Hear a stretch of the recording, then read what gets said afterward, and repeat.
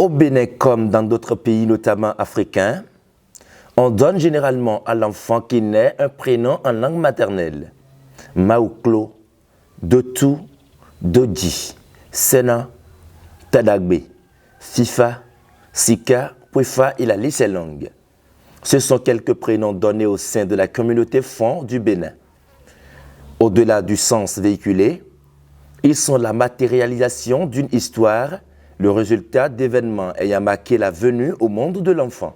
Ces noms se donnent selon les difficultés que ses parents avaient eues, peut-être depuis le mariage, le rassemblement du couple.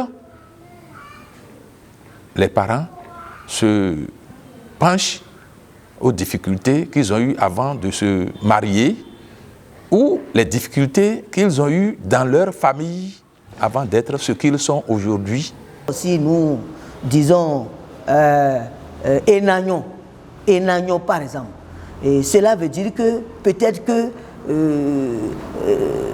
le moment où l'enfant est né, les gens vivaient dans la précarité et les conditions de vie étaient vraiment difficiles et c'est en ce moment que l'enfant est né et les parents préfèrent attribuer ce nom à cet enfant, Enayon.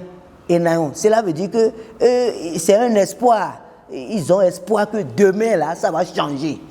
Et leur condition de précarité ne va pas dégénérer. Ça va changer un jour. C'est aussi un acte symbolique dont les parents détiennent le secret, selon Ludovic Patenon, professeur de philosophie. Il explique qu'il est important de donner des noms en langue maternelle aux enfants parce qu'ils reflètent leur identité culturelle. Nos langues sont chargées de pouvoir. En tout cas, toute langue, on peut le dire. Vous voyez, lorsque un Africain, un Béninois, donne comme prénom à son enfant courage, il appelle courage, mais il dit courage. Le mot courage, le nom courage ne se retrouve pas dans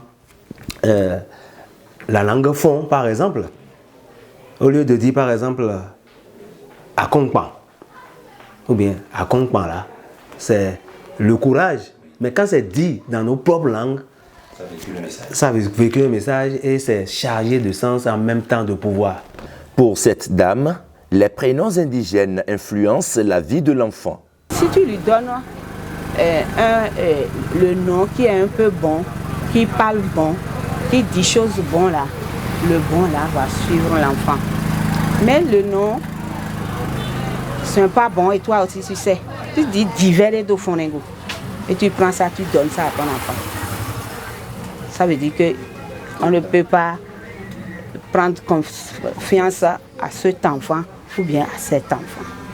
Ces noms peuvent avoir des conséquences néfastes, des conséquences négatives sur la vie de l'enfant demain. Sinon, vous allez voir qu'il y a beaucoup qui n'aiment pas donner le nom de Judas Iscariote, par exemple, à leurs enfants. Parce que dans la Bible, nous connaissons bien l'histoire de Judas, parmi les disciples de Jésus, et c'est lui qui a trahi Jésus, par exemple. Donc, les gens, beaucoup fuient, beaucoup n'aiment pas attribuer ce nom à leur enfant parce qu'ils pensent qu'à la longue, cet enfant sera un vecteur de trahison. Il va trahir les gens après. En choisissant les noms traditionnels, les parents ne doivent pas perdre de vue qu'ils peuvent avoir des incidences positives ou négatives sur le porteur en fonction de la signification du nom.